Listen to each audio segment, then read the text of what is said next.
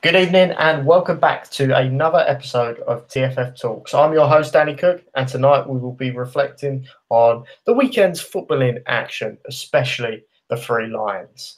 But before we begin, this show is sponsored by Classic 11 Shirts and brought to you by Crofer Media and halftimecuppa.com. You can find all these links in the description below.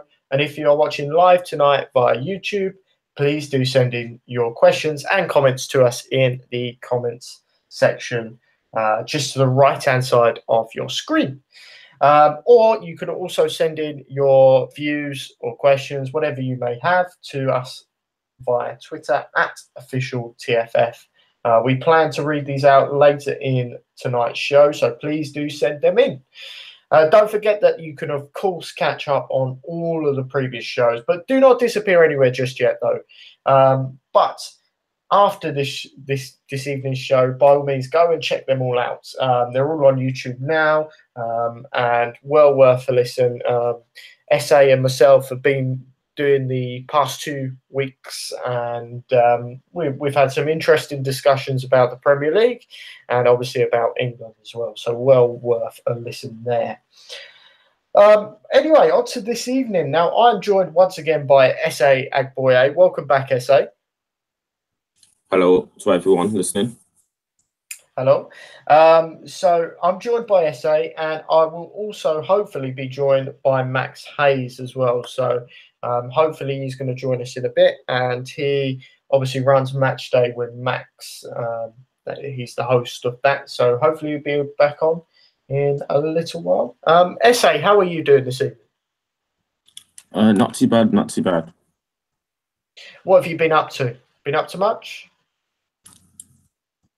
I've just been doing some like duties around the house, so there's that. Oh wow, fair play, fair play. Did you enjoy the weekend's footballing action then? Yeah, I managed to catch the England game over the weekend. Yes, and that is obviously our first topic of discussion. So well done there, well done there. Our first topic of discussion is, of course, England versus Nigeria, which saw the Three Lions win 2-1 in front of I think it was 70,000 at Wembley. I was lucky enough to go. I had a lovely free ticket, courtesy of the club I coach at. And we went, and oh my word, the atmosphere was incredible. SA, what did you manage to see any of the sort of the pre-match stuff at all? As in, what I mean by that is the just prior to them walking out onto the pitch, or just them walking out onto the pitch, the players. Yeah, I saw bits of it via vloggers on YouTube. What did you did you notice anything different in terms of the atmosphere? Because I certainly did. I was there, and you know what, it felt like a carnival. It felt like an actual bit of excitement going into a tournament. Yeah, the atmosphere was completely different to any other friendly England have been involved in. Did you feel that then? I'm guessing you must have got that vibe, maybe watching the game, seeing obviously the vloggers. But I'm quite amazed that you've got that vibe. Was it quite easy to pick up? Watching on TV, it was very difficult. But watching the atmosphere through vloggers on YouTube, it felt like a proper match, like a proper like competitive game. Mm-hmm. See, that's the thing with England internationals. Actually, I think obviously atmosphere is better when you're there, but I mean it is like, unlike some games where you can kind of feel the atmosphere come through on the TV screen. I mean that the atmosphere there was certainly for up to the first half, which we'll go on to shortly. But up to the first half, the atmosphere in that place was electric. It felt like it was going to be a proper send-off. There was lots of excitement. I don't know if the TV cameras showed. There was banners. There was banners around the stadium as well, which I'd never seen before, which was awesome. Everyone had an England flag to wave around, which was quite good as well. I've still got mine.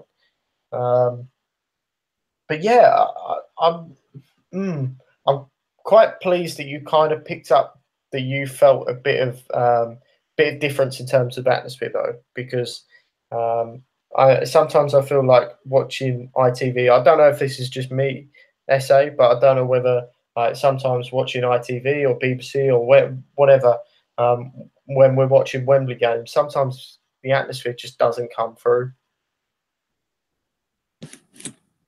It can sometimes be like that, especially when England aren't playing like a mid to top levels. So You're right. I think we've lost SA. Is SA you still here? Yeah. yes, I'm still here. Oh, okay, cool. It just very abruptly dropped. But I believe we are now joined by Max. Good evening. Good evening, Max. You okay? Yeah, not too bad, mate. How are you? Yeah, not bad. It's quite funny actually. Your profile picture on here is obviously you interviewing, and you've got SA right next to you. So it's quite funny. It looks like you're interviewing SA. Yeah. No, sorry, it just took me a while to get on, so I'm finally on now. But yeah, ready for tonight. No problem. Well, we've not even got into England versus Nigeria yet. But I was just saying to SA, I was lucky enough to go to the game, and the atmosphere. I felt the atmosphere was so unique and so different. Did you manage to watch the game at all, Max? I watched the game. I've just heard actually you mentioned that essay where he was watching some YouTube vloggers, and I did too. So I think the atmosphere was good. To be fair, only obviously it being a friendly. So I think it was a good game in terms of the atmosphere. Not so much the performance, but obviously we'll come on to that in a minute. But yeah, I thought it was a fantastic atmosphere considering it was just a friendly. Out of interest, who did you guys watch? Vlogging wise, do you remember who you guys watched? Yeah, Fogden, who was in the final with me for the blogging awards. He gets free tickets to a lot of games, so I'm subscribed to him and he's subscribed to me. So I watched him, and then I watched a few others. Who was the other one? I can't remember. It was some England footy fan, some kid similar to my age. Who did just a vlog with his dad and thought he captured the atmosphere quite well. But Theo's vlog's quite a good watch. So I don't know if he's listened to this, but he probably isn't. I'll have to tell him though that I've gave him a cheeky shout out. You're giving him a cheeky shout out. I have. I thought his video was very good and he captured the atmosphere fantastically. Good. So SA, who did you watch? Yeah, I also watched Fogden. I mean, the way he presents his vlogs is interesting.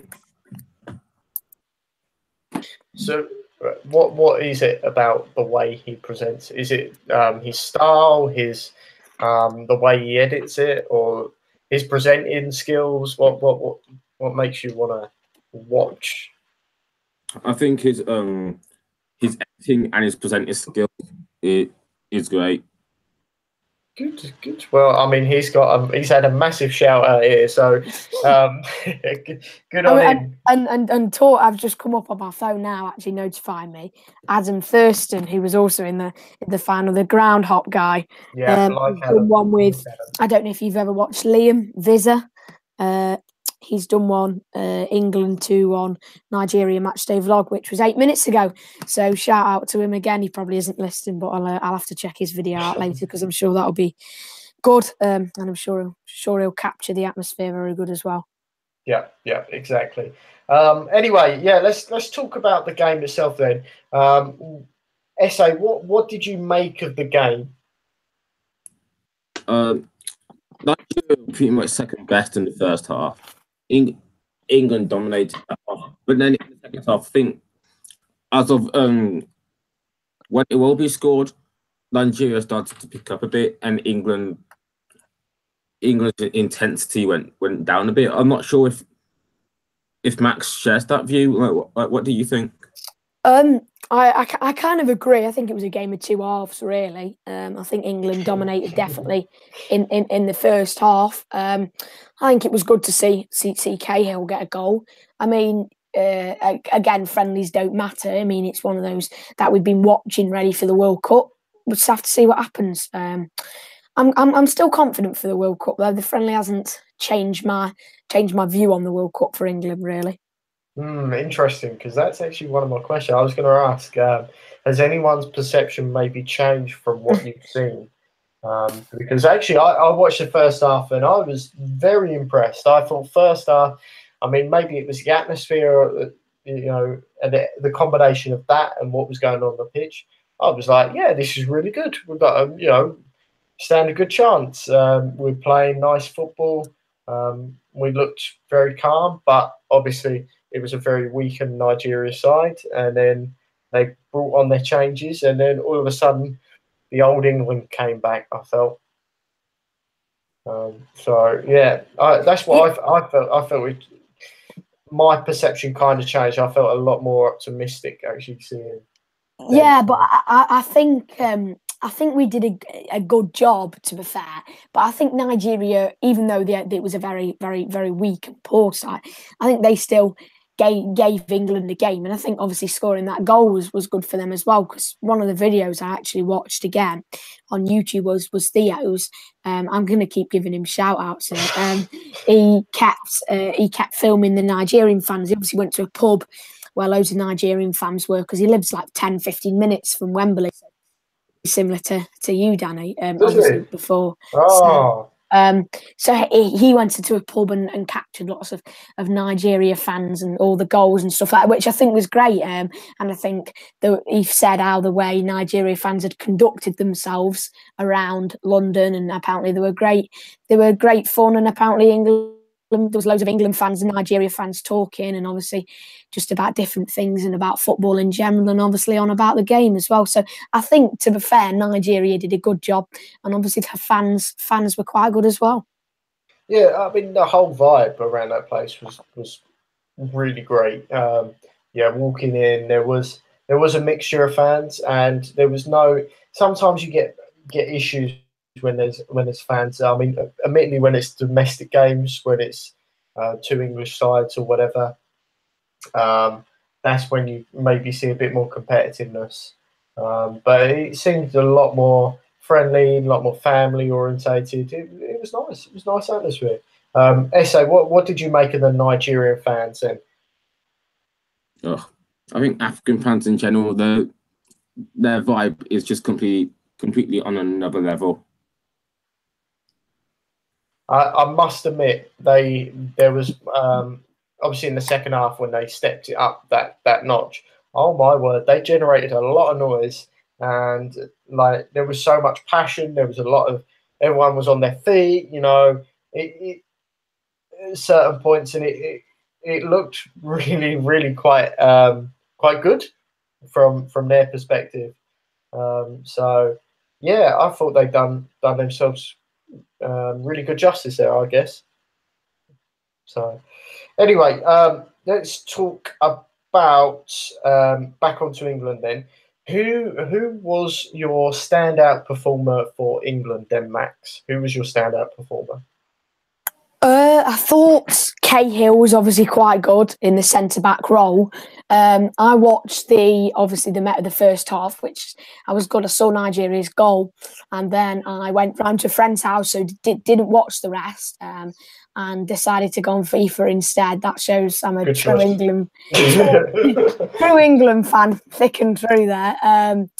But I'm going to have to say Cahill, obviously, for the goal as well. And then I thought Kane looked good. I think he looks promising in all games. But one thing I think we've been let down before with Kane is in previous competitions he's been quite. I don't know.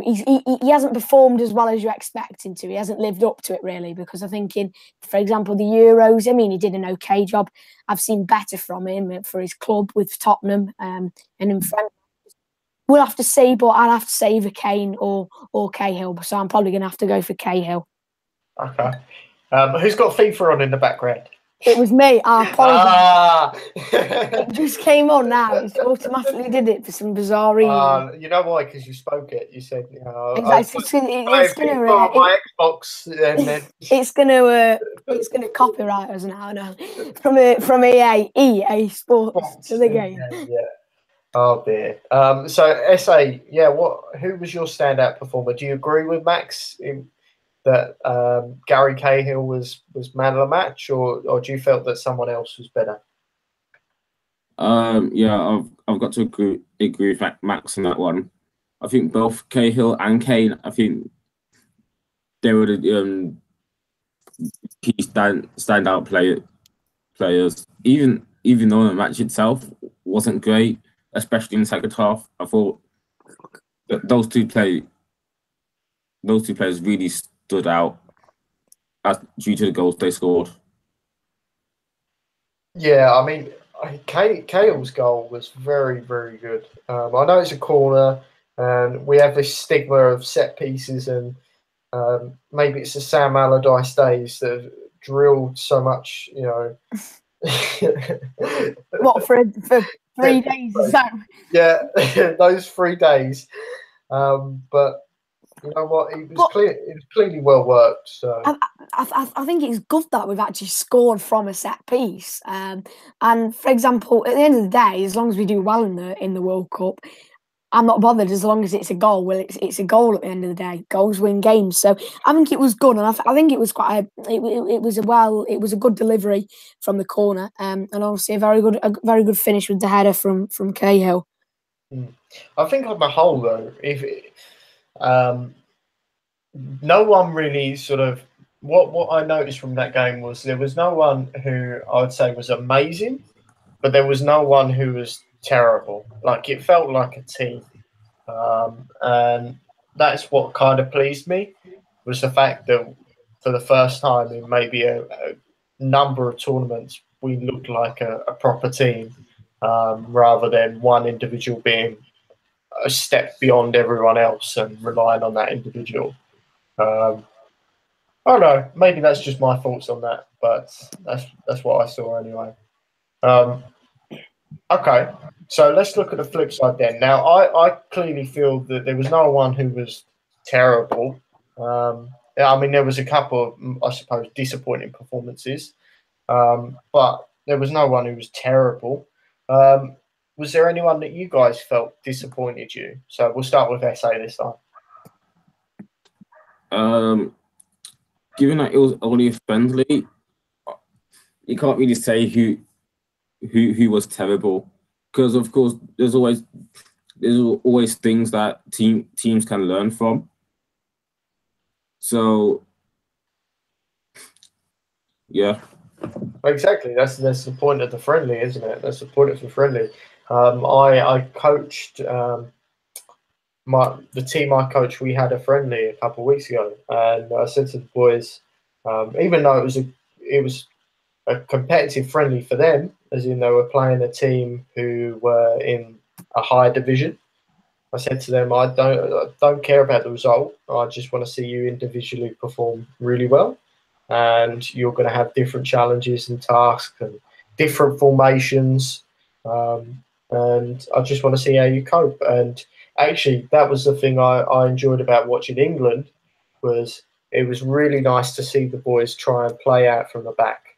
And I thought the back three and the goalkeeper did that really well, I felt.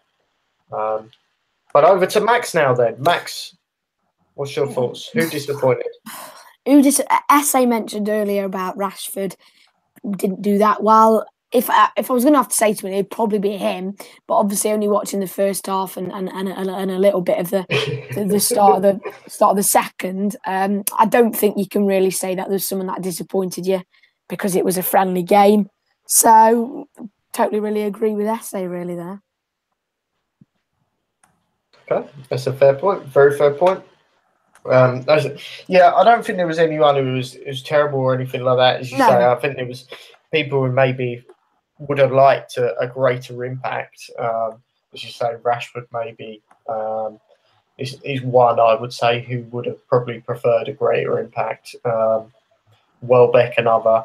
But But hey ho. And I think another one who worked he really tried to make things happen, but I think wasn't as clinical was Sterling. And we'll probably come on to him shortly, and we'll talk about him a little bit more. But anyway, let's move on to. Okay, let's talk about Nigeria now then, and then we'll come back to Sterling.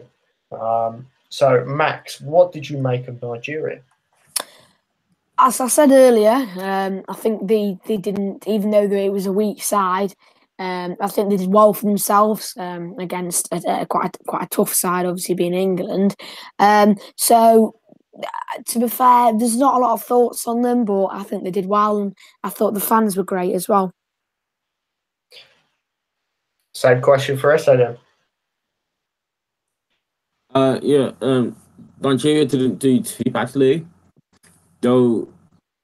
Their first, as I said earlier, their first half wasn't great. But the second half was better. Also, one key highlight for me was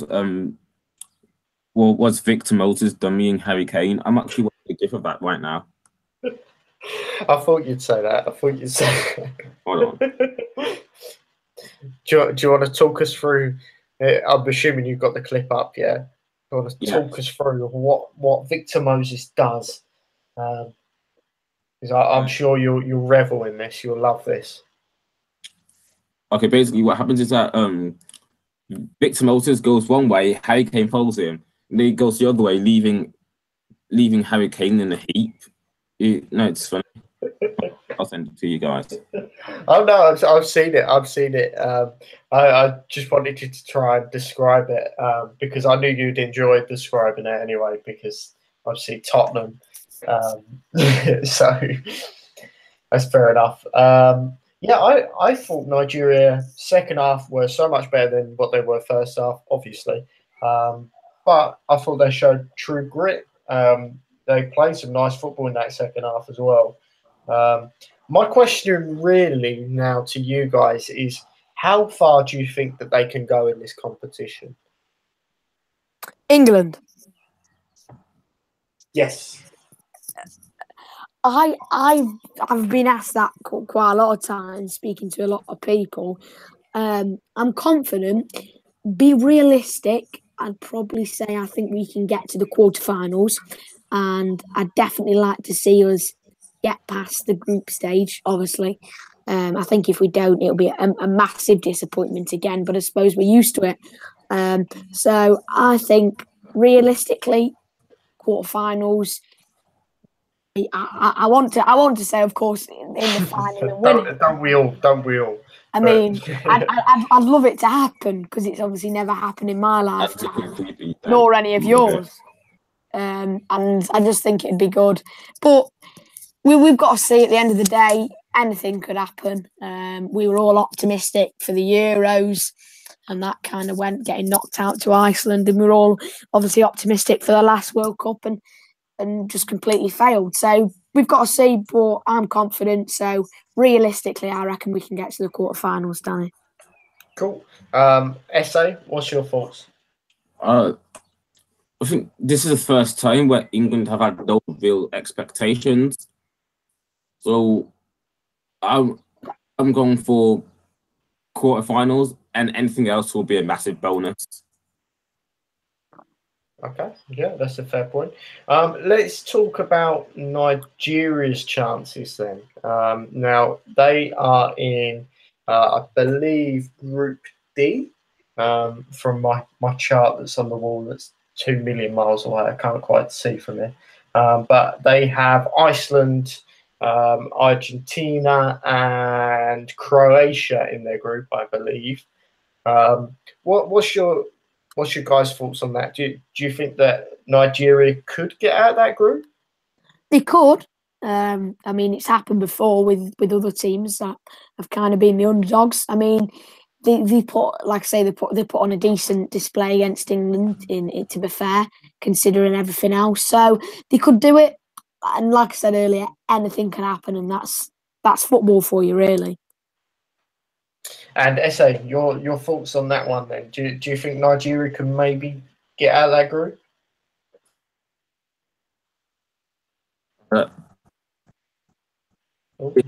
It's difficult. It's difficult. It's difficult for me. Nigeria, I think having watched them in previous tournaments, sometimes they've been good, other times not so much. So it's difficult. But having said that, I believe at the last World Cup I said something about Nigeria not getting past Bosnia. But then Nigeria did beat Bosnia and they went through to the next round. So I'm gonna say Nigeria, they'll struggle against Argentina. But I reckon they'll get past Iceland. But as for Croatia, I reckon that game might be a draw. But I'm not 100% sure about Nigeria's chances. Yeah, I mean, as you say, I think the Croatia game is going to be very much a. I'll just mute SA for a second there because it's echoing. But I feel like the Croatia game is going to be very much a second place playoff in that sense. Iceland, you know what? They could shock us all again. There's nothing to say that they can't. But on paper, you're probably going, or this is how I would go on paper: Argentina, Croatia, Nigeria, Iceland. But there's nothing to say that in reality any of those change orders. So, yeah, I think that's the key game that they need to win. If they win the Croatia and the Iceland, they're through, obviously. So, what, Max, do you agree with that? Completely agree. You've took the words out of my mouth. I completely agree with your prediction, and same with SA's point about how Nigeria will definitely struggle against Argentina as well. Yeah, the interesting thing about that is as well, their Argentina match is their last group stage match. So it goes Croatia, then Iceland. So if they were to win both those matches, then they'd be, you would imagine, safe. But I mean, if you look at Iceland, obviously doing so well against England in the Euros, I mean, they could do it as well. I think it's a tough. I think it's a really tough group. If you're looking at it, not really looking at the teams on paper, because obviously Argentina have got the best team on paper. But I think overall, anyone in that group stage could do it, and it could. I'm looking forward to actually watch that group stage and try and watch most of the games because it could be very interesting indeed. Yeah, I think it's going to be a very tight group. I think on paper, though, as I said, like on paper, you go Argentina, Croatia, Nigeria, Iceland.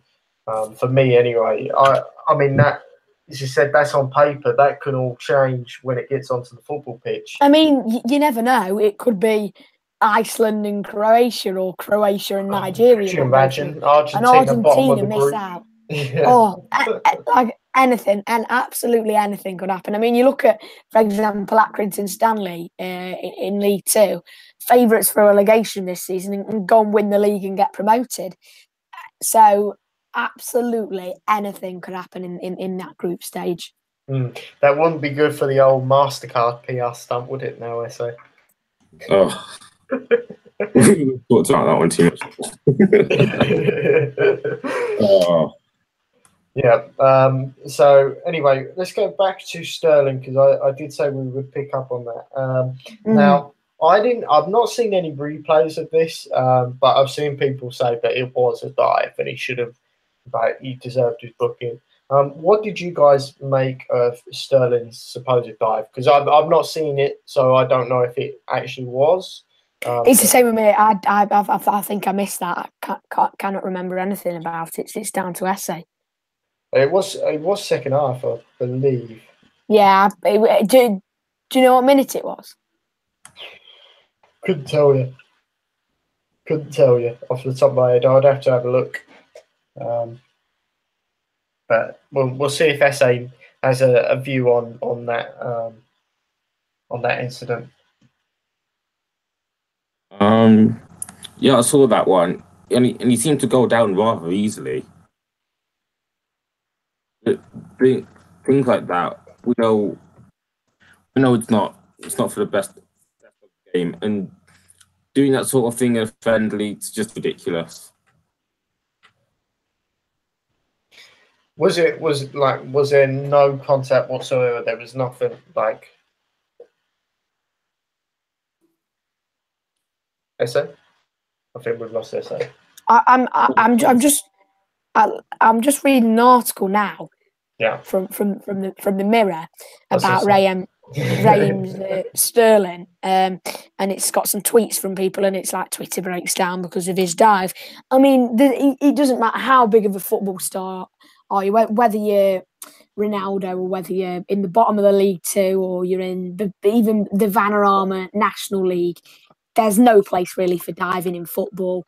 And I think players have got to be careful, because if they dive 3 or 4 times, they can really earn themselves a reputation, and that could really struggle with them. It's the example of like the boy who cried wolf, for example. And then when he does go, if Sterling went down for a challenge, the ref could think, no, you died a minute ago, dived a minute ago. That's it can't be because ago, you know what I mean? So it's one of those things, but Sterling's got to be careful, because he could really get himself into a bit of trouble with diving, because there is no place for it really in football. Yeah, exactly.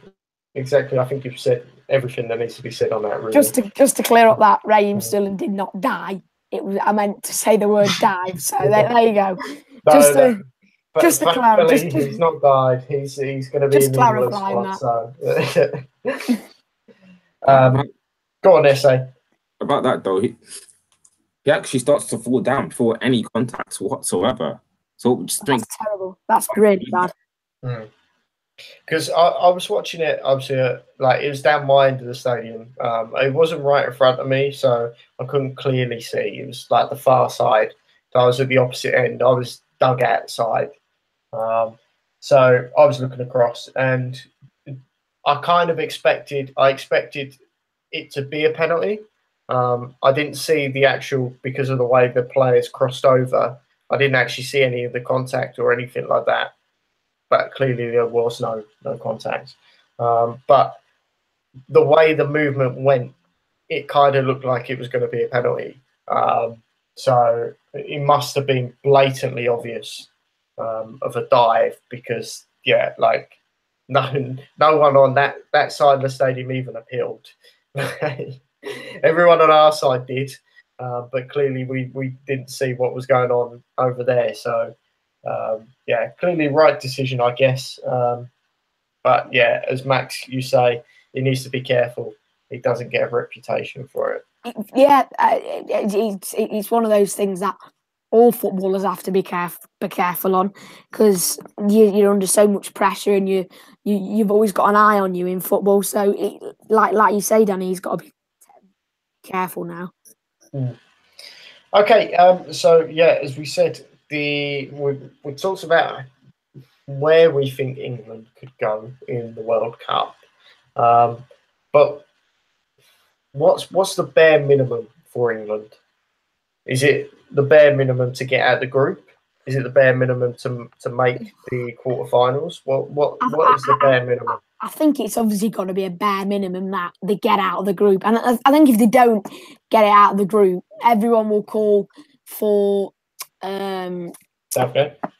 Yes, I've had a complete mental block there. I forgot his name. Thingy England bloke, Southgate.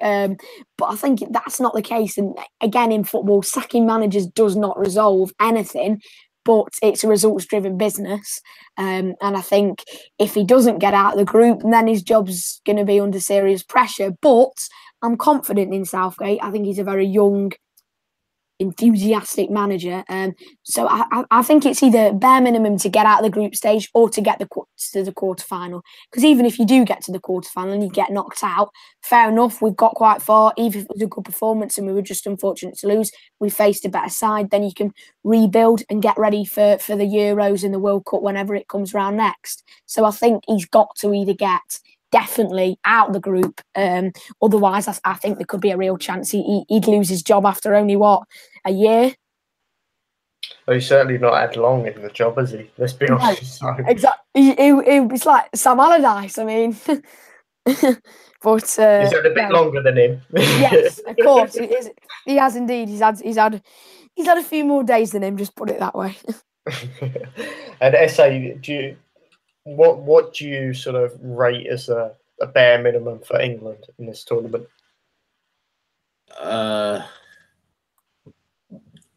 Hold on, let me have a think now. That's all right. Have a think. We can always come back. But yeah, I'm interested. For me, it's got to be getting out of the group. You've got to get out of the group. And I would say, actually, you know what? Probably, I'd retract that. I'll go quarterfinals. You've got to be quarterfinals because if you get out of the group, in the group that we're in, on paper, we should be coming. We should really be coming out top of that group, other than Belgium, who I think are going to be the obvious opposition for that. But if you're coming top of that group, you're looking at who you might get. I mean, I can't quite see from here who we might get, but again, on paper, you're taking the second best team from another group, so you're kind of expected to sort of be the favourites for that game. I think quarterfinals really. What's your thoughts? England should definitely, obviously, like you say, get to the quarterfinals. But I think we could even win the group. I mean, we've got Belgium, and yes, Belgium are a fantastic side on paper. Anything could happen in that game, and I think it'd be fantastic.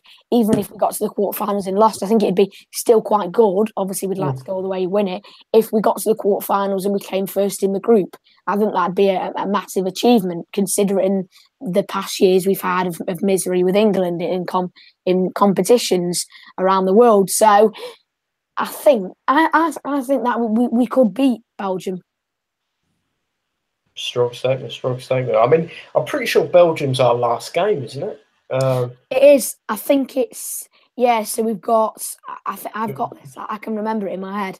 I think it's obviously the first game's Tunisia. We've got Tunisia, then Panama. 7 p.m. Then Panama on a Sunday at 1 p.m.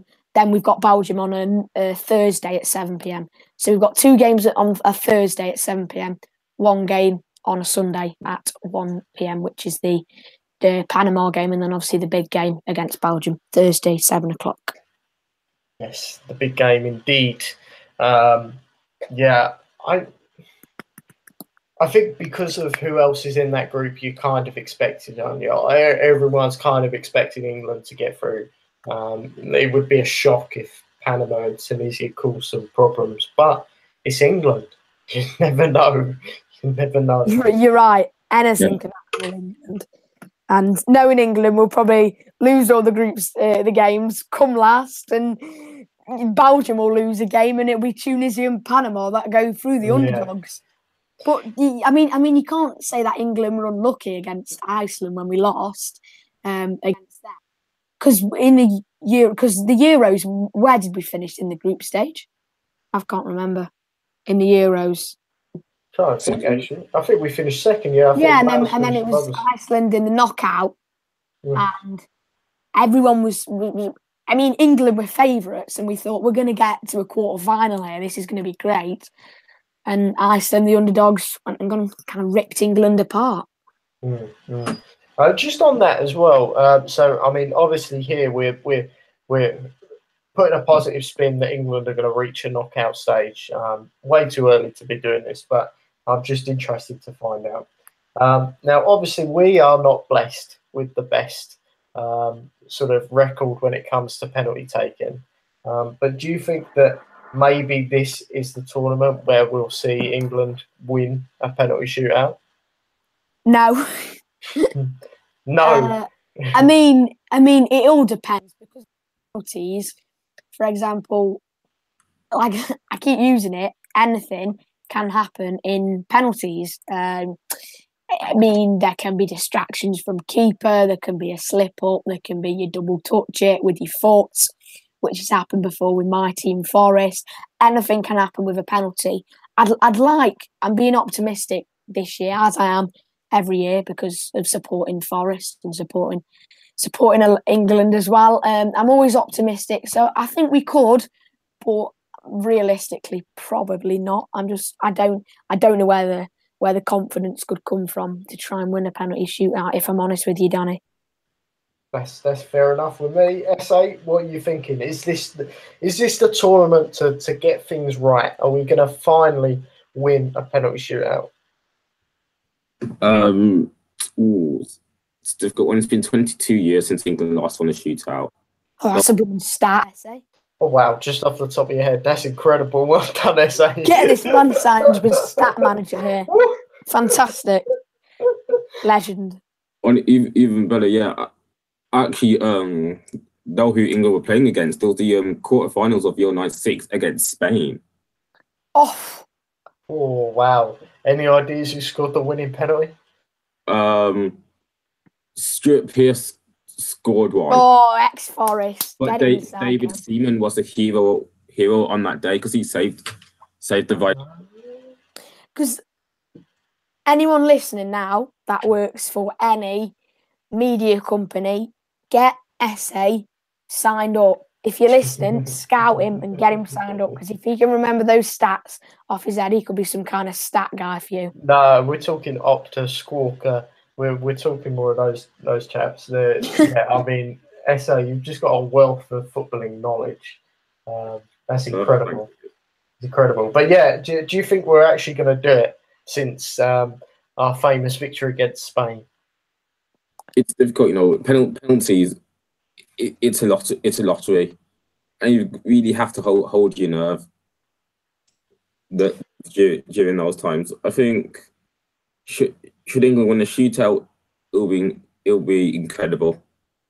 Do you think that there'll be celebrations on the streets of the country? I was going to say the streets of the city, but I mean anywhere. Do you think there'll be wild jubilations? There'll be like street parties and all sorts if England win a penalty shootout? Probably, especially if it's in the final. Oh yeah. Good answer. Carry on, SA. Sorry, I cut you off there a bit. But let me backpedal a bit. Now, should England get through, we could face either one of Poland, Senegal, Colombia, and Japan. And I wouldn't be taking any of these sides for granted. Because seeing what happened at the last Euros and at the last World Cup with Costa Rica getting through to the quarterfinals, it's important that those sides are taken for granted at all. See, that's the issue. I don't know what you guys think, but I actually think England tend to do better against better teams, as in the performance is better. I agree. Sorry to cut you off a bit there, Danny, but right. I think a lot of clubs in football do better against better teams. There's been cases, I don't like to bring my team up a lot when I'm speaking, but when Forest have played before and we've been in a relegation scrap and we've had, for example, a game against someone else in a relegation scrap or somebody who's been relegated, we're going to win this. There's a strong chance we could do this. And Forest go and mess it up and we lose. But then, for example, take a few years back, we played Brighton, who was second in the league, in a relegation game. We pretty much had to win, otherwise it was going to be down to one of the last games. And we won 3-0. Can't really remember off the top of my head. So I think that's the case. I think there's more of an expectation on you when you're playing a side that's worse than you, so your favourites. So if you're against, you're an underdog and you're against a massive team, I think you have more pressure, more expectation, yeah. I think the players are more relaxed against big teams. Yeah, as in there's more pressure when you're not, I guess. Yeah. I buy into that. SA, do you think that maybe England are better against better sides or better against weaker sides? What do you think? Okay then, Max. Are you all right? There's lots of tapping going on there. I'm hoping he's okay. Anyway, No, I'm all right. It's just I was trying to turn my on the thing on the Apple headphones on the iPhone. I was turning up, and obviously because I didn't realize that uses it as a mic. It's obviously picked up me clicking it to turn it up so I can hear you all. Apologies. That's all right. SA, what are you thinking of? Whether England played better against weaker side or strong side, I think that's an unfair question. Because the weaker side may have strong points and the stronger side may have weak points. So for England to play against the side which has more weak points than strong points, or to ask whether England played better against the so-called weaker side, I think that's an unfair question. Okay, good counter argument there. I like that essay. Thank you for that. We'll have to move it on because we're fastly running out of time. But I suppose my next question is, guys, do you think that England could win the World Cup? We'll start with essay this time, Max. We'll come back to you in a second. Yeah, that's fine. I mean, we haven't come close to winning a World Cup since the Sven-Göran and Eriksson era. So I don't know. It's a difficult one. Can England win the World Cup? I don't know, but I think the fact that England have no expectations could play into their hands. That's all I'm going to say. Okay, cool. And Max, I'm pretty sure you said no. Realistically, no. Obviously, like I say, being optimistic, yes. I'm not going to really predict it, because knowing me, I'll predict that we're going to win it and we'll get knocked out in the like the group stage. So, but I agree. I have to say I do agree with some of SA's points there. So, like I said, I keep saying it today. Anything could happen. Anything can happen. There we go.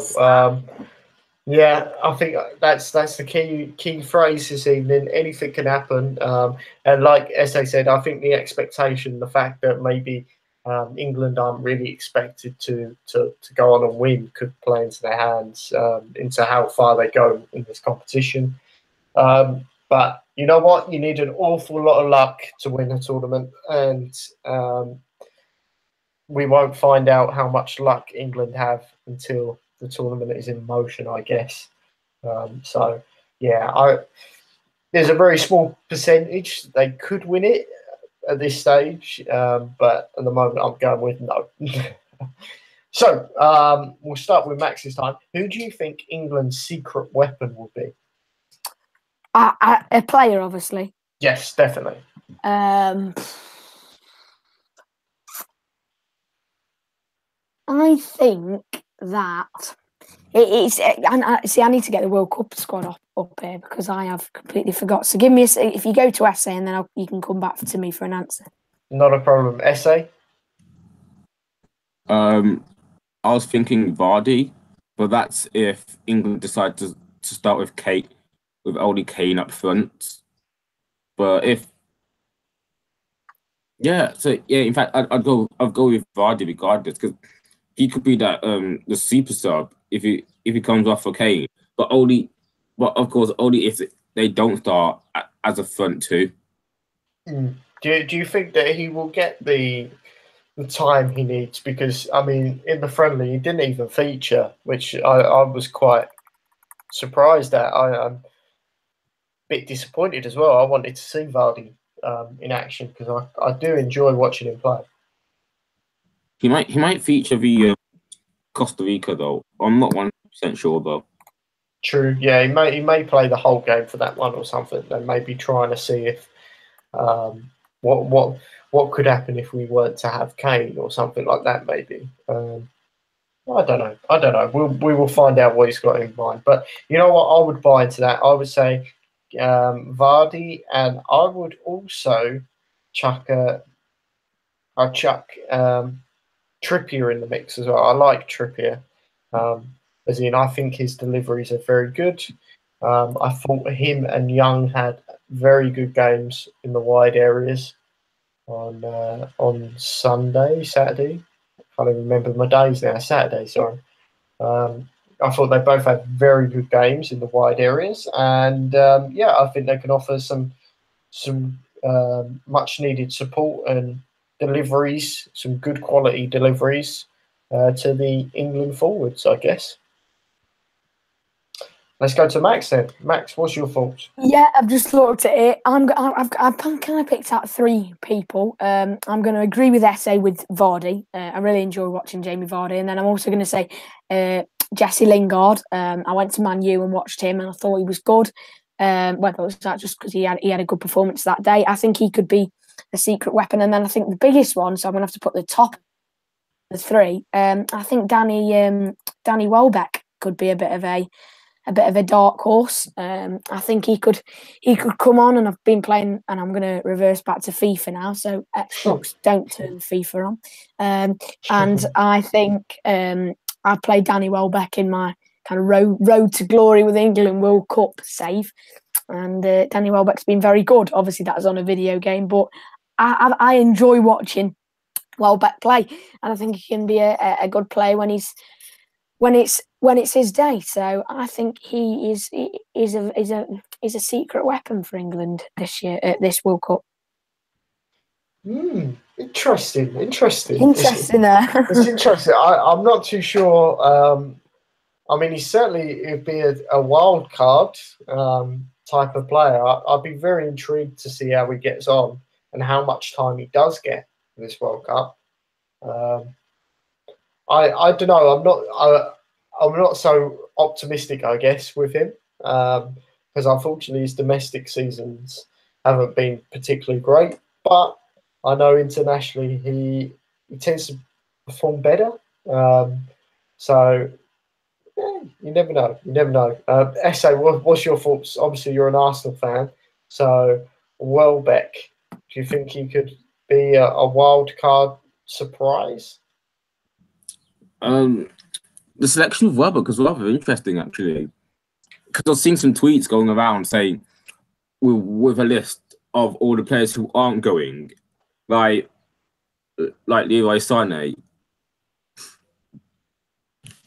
And obviously not for England, yeah.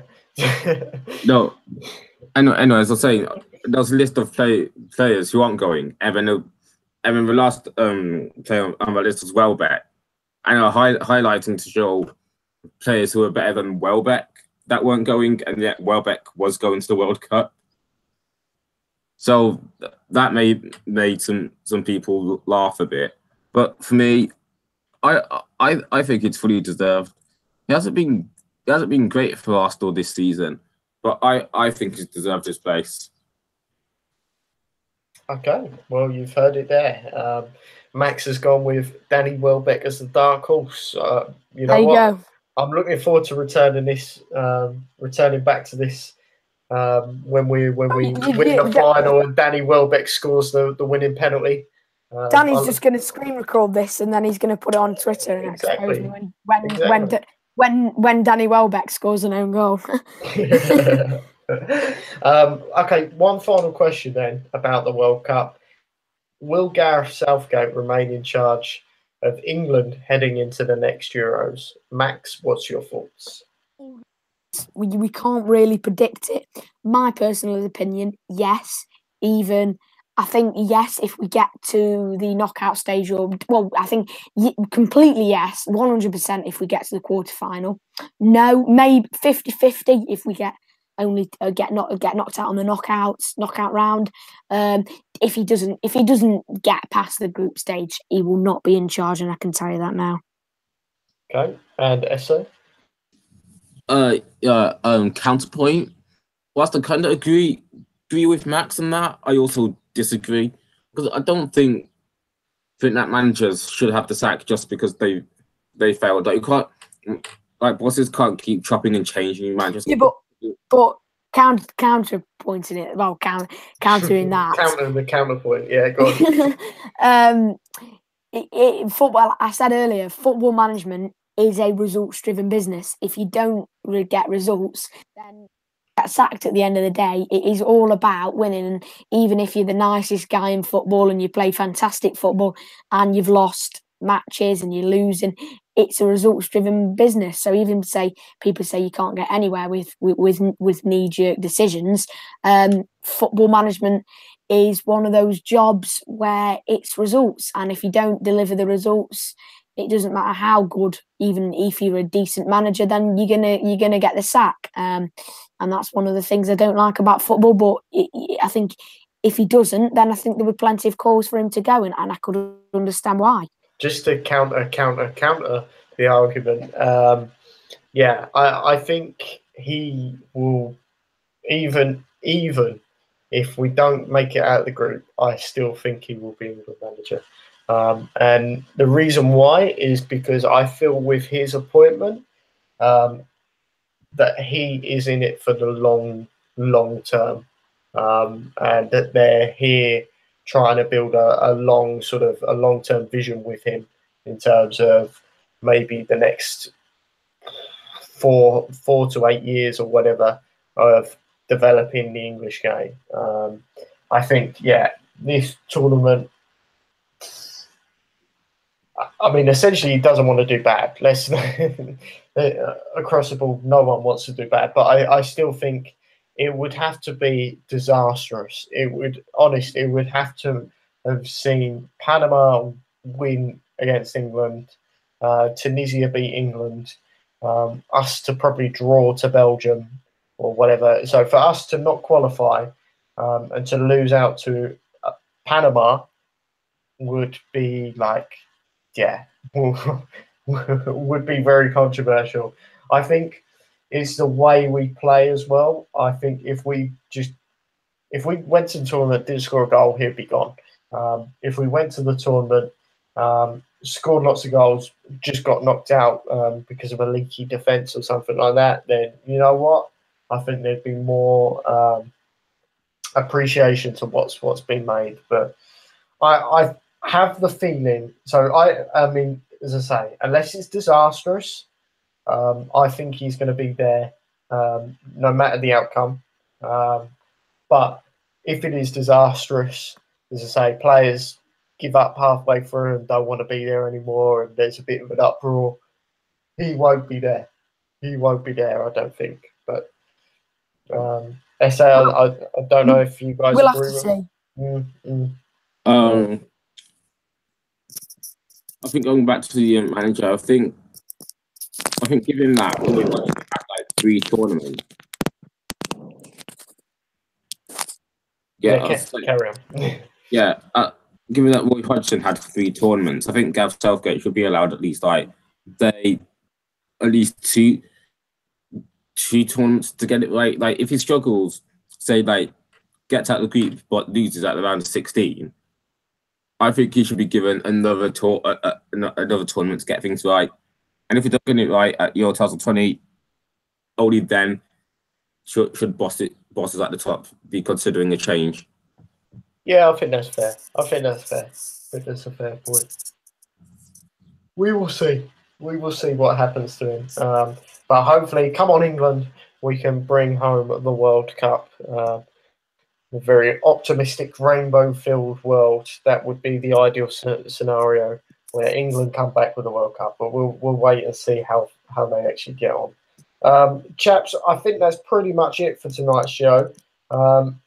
Thank you very much for both coming on. And thanks for having me. Thank you for having me as well. Thank you for inputting your views, especially on England. I know it's very England-orientated and heavy show. But obviously the World Cup is upon us, so that's kind of the main focus right now.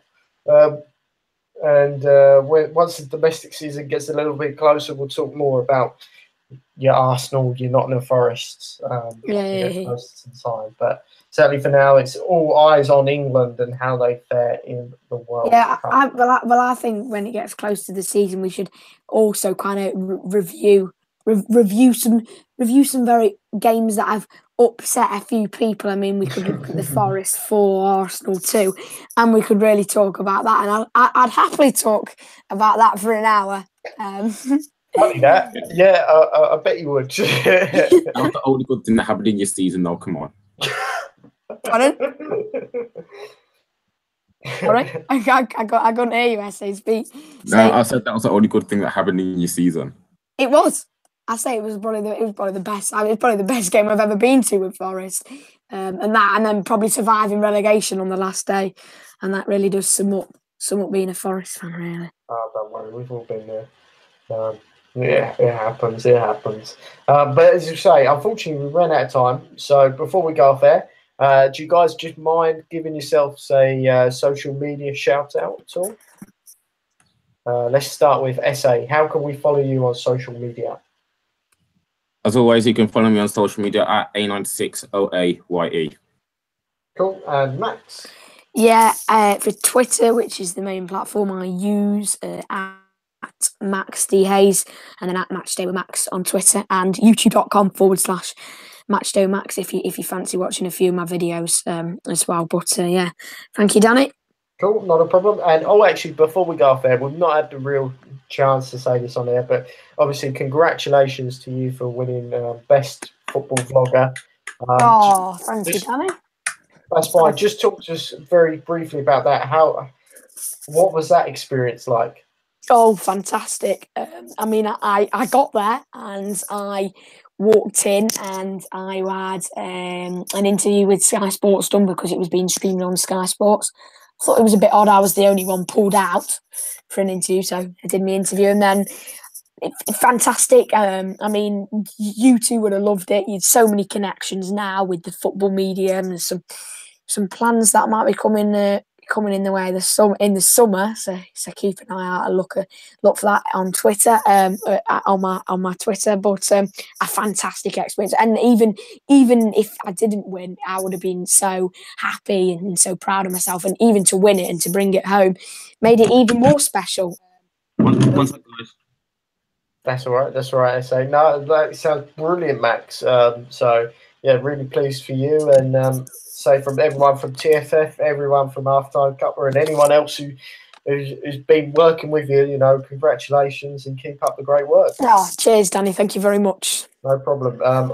If SA's still there, all I wanted to say, chaps, is thank you very much, guys, for coming on. And as I say, thank you very much for your views and giving up your time this evening. So thank you. No problem, Danny. Thanks for having me. And yeah, come on, you Reds. England, of course, yeah. Yeah, of course. They're both. Forest and even Arsenal for SA as well. Arsenal Red. So yeah, thanks, Danny. He'd be pleased with that one. Anyway, I've been your host, Danny Cook, and that is all for the 16th episode of TFF Talks Season 2, which was brought to you by Crowford Media and Halftime Cuppa, and sponsored by Classic 11 Shirts. Good night. See you guys.